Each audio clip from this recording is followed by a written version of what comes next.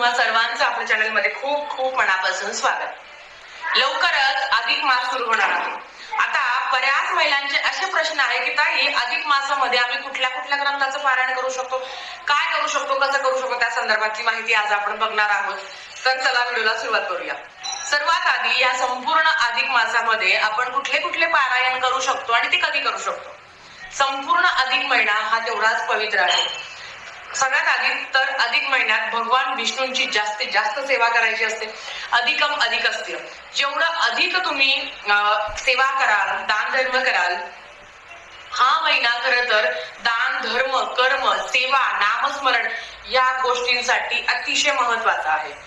हा महिना भगवान विष्णूंच्या अंमलाखाली येतो. म्हणजेच मग आपल्याला संक्षिप्त श्रीमद भागवत ग्रंथ किंवा भागवत जो मूळ ग्रंथ आहे त्याचं पारायण तुम्ही करू शकता. ज्यांची इच्छा आहे ते भगवद्गीतेचे पठण करू शकता. भगवान विष्णूंच्या जे तुम्हाला ग्रंथ माहिती असेल त्याचं पारायण तुम्ही करू शकता. दुसरं, ताई आम्ही नवनाथ पारायण करू शकतो का? हो, आवर्जून तुम्ही नवनाथ पारायण करू शकता.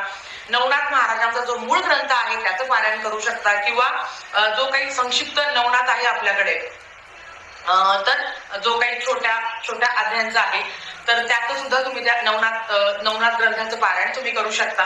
ताई आम्ही गुरुचरित्र पारायण करू शकतो का? तर हो, आवर्जून आपल्याला या महिन्यामध्ये गुरुचरित्र ग्रंथाचं पारायण करायचं आहे. आता हे कधी करायचं तर हे तुमच्यावर आहे.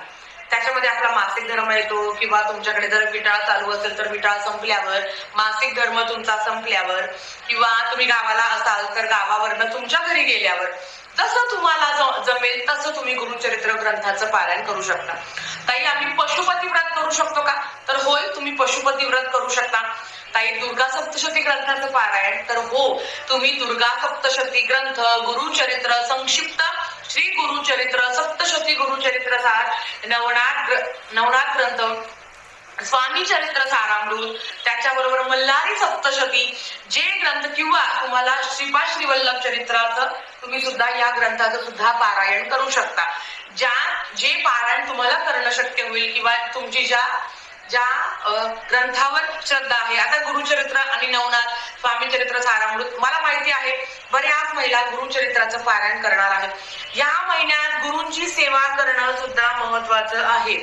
आपले दत्त महाराज हे साक्षात ब्रह्मा विष्णू महेश यांचा अवतार आहे आणि अर्थात आपल्याला गुरुचरित्र पारायणाचं फळ या महिन्यात केल्याने 100 पटीने तुम्ही कुठल्याही ग्रंथाचं पारायण तुम्ही केला किंवा ते आम्ही 11 गुरुवार करू शकतो का? नक्कीच. ह्या महिन्यात केलेली सेवा तुम्हाला, आता याच्या व्यतिरिक्त पण ताई आम्हाला साई चरित्र ग्रंथाचं पारायण तुम्ही करू शकता, काहीच अडचण नाही.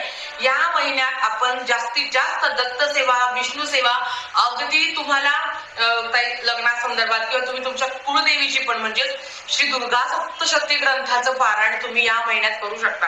आता काय नियम आहे तर तुम्हाला माहिती आहे नवनाथ पारायण जे करता. आता 1 दिवसीय नवनाथ पारायण आम्ही तुम्ही तुमच्या घरातही करू शकता. जर तुम्हाला माहिती हवी असेल तर मला सांगा, मी नक्कीच या संदर्भातला सविस्तर व्हिडिओ करेल. आता गुरुचरित्र ग्रंथाचं पारायण 1 दिवसात खरंच करू नये.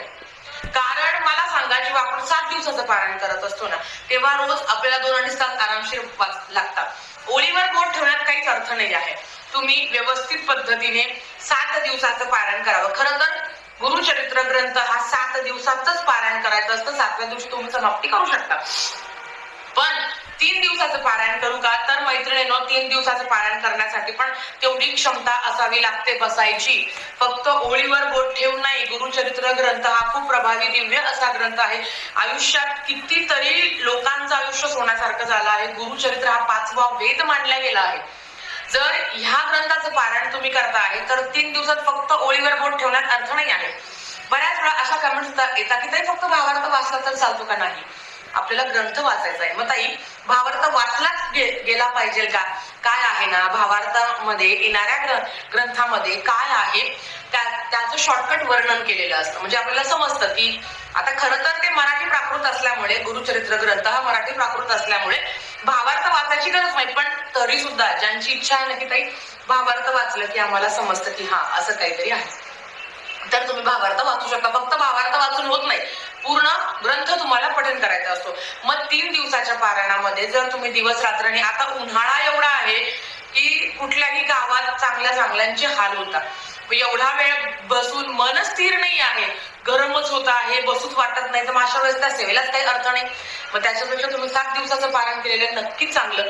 आता बाई 7 दिवसाच आम्हाला करायचं नाहीये, 3 दिवसाचंच करायचं आहे, जर तुमची बसण्याची क्षमता असेल तर तुम्ही नक्कीच 3 दिवसाचं पारायण तुम्ही करू शकता, बाकी तुमची इच्छा. आता नवनाथ भक्तिसार जो ग्रंथ आहे आपला, त्याचं पण तुम्ही 1 दिवसीय पारायण करू शकता. संक्षिप्त श्री गुरुचरित्र, सप्तशती गुरुचरित्र सार या ग्रंथाचे अगदी एक दिवस. चल आज मला वेळ आहे तर मी हे पारायण, म्हणजेच काय, सगळी सेवा घडेल आपली. आणि ज्या पद्धतीने सगळ्या नद्या सागराला येऊन मिळतात, त्याच पद्धतीने परमेश्वराची कुठली सेवा केली तर ती महाराजांपर्यंत, कारण सगळे देव एकरूप आहेत. प्रत्येकाची सेवा केल्याने प्रत्येकाचं सेवेचं फळ तुम्हाला मिळणारच आहे. तुम्ही देवीला जाणार असेल किंवा तुमचे अजून काही प्लॅन असेल, त्यातल्या त्यात वेळ काढून तुम्ही हे करू शकता. ताई, घरच्या घरी विष्णू याग या संदर्भातली बरीच माहिती आलेली आहे, तर लवकरच म्हणजे बऱ्याच कमेंट्स आलेल्या आहेत. या महिन्यात तुम्ही हवन पण करू शकता बरं. आता हे हवन कसं करायचं, कधी करायचं ना, इतकी सुंदर सेवा आहे मैत्रिणींनो, खूप छान. पण आता मला माहितीये काही महिला गावाला गेलेल्या आहेत, ताई आम्ही आमच्या माहेरी पारायण करू शकतो का, अशा सुद्धा कमेंट झाल्या. आता अर्थात 15 जून पर्यंत असणार आहे, तर माहेर पण आपल्याला हे नाही करायचंय. गुरुचरित्र पारायण खरंच तुम्ही तुमच्या माहेरी करू शकता, सगळे पारायण तुम्ही तुमच्या माहेरी करू शकता, काही अडचण नाही. कारण काही पारायण अगदी 1 दिवसीय आहे. एका दिवसात तुम्हाला स्वामी चरित्र वाटलं, कारण 15 दिवस अजून माहेरी थांबणार असेल तर मग तिकडे कधी जाल, मग कधी पारायण होईल. मला असं वाटतं ना, सत्यनारायण माहेरी करू नका, आपापल्या घरी ती करा. बाकीची पारायण तुम्ही माहेरी करू शकता. संकल्पयुक्त काही सेवा असेल तर तीही तुम्ही करू शकता. आपल्याला माहेरी सेवा केलेला काहीच हरकत नाही, कारण काहीही न करण्यापेक्षा काही केलेलं नक्कीच चांगलं असतं. जेवढं जास्त जमेल ना मैत्रिणींनो, तेवढी जास्त सेवा करण्याचा प्रयत्न करा, कारण हा महिना परत 3 वर्षाने आहे. अधिकम अधिक असते, जेवढी जास्त सेवा कराल तेवढं जास्त फळ तुम्हाला मिळणार आहे. आणि मेन म्हणजे फळापेक्षा पण ना, हा महिना आपल्या केलेल्या आपल्याकडनं कळत न कळत घडलेल्या वाईट कृत्यातून किंवा कळत न कळत केलेल्या जे काही पाप आहे आपल्याकडनं घडतं रोज, तर त्याच्यातून मुक्ती मिळण्यासाठी हा महिना आहे. आता हे मला सोनं, चांदी, हिरे, मोती, दागिने ते सगळे नंतरचा भाग आला. जोपर्यंत आपले जे भोग आहे ते कमी होत नाही, तोपर्यंत इच्छापूर्ती होत नाही. मग ते भोग कसे कमी करावे कमी कालावधीमध्ये, कारण ह्या महिन्यात केलेल्या सेवेचं, दानाचं किंवा चांगल्या नामस्मरणाचं फळ हे 100 पटीने तुम्हाला मिळत असतं. मग हाच तो महिना आहे की जास्तीत जास्त सेवा करावी. आणि सगळ्या सेवा महाराजांच्या चरणी, तुम्ही ज्या काही देवाला मानतात त्यांच्या चरणी आपल्याला ह्या रुजू करायच्या असतात, कारण तेच आहे आपल्या सगळ्यांचा लेखाजोखा महाराजांकडे आहे. कोणी किती वाईट कृत्य केले आहे ते पण लिहिले आहे, आणि कोणी किती काही सेवा केल्या आहे त्या पण लिहिलेल्या आहे. आपला भोग कमी होण्यासाठी, आपल्याकडनं जे वाईट कर्म घडलेलं आहे ते कमी होण्यासाठी हा महिना आहे. म्हणून जास्तीत जास्त सेवा करण्याचा प्रयत्न करा. बाकी कसं करायचं, काय करायचं हे सगळं तुमच्यावर आहे, कारण प्रत्येकाला तेवढा वेळ मिळेल असा नाही. पण जेवढं जमेल तेवढं करण्याचा प्रयत्न करा, कारण जेव्हा अधिक महिना होईल ना, तेव्हा मनाला समाधान मिळेल. काही काय मला पैसा अडका, घर बिल याच्यापेक्षाही समाधान मिळेल. बापरे, अधिक महिन्यात म्हणजे एवढ्या सेवा झाल्या, तो जो आनंद आहे ना तो खूप असतो, की माझ्याकडनं हे घडलं, हे पारायण झालं, हे ते झालं, आणि आपण कोणी नाहीये, महाराज आहे. आपल्याकडनं काय करून घ्यावं काय नाही सगळं महाराज ठरवता, करता करविता आपले मालक आहे, आपण फक्त निमित्त मात्र असतो.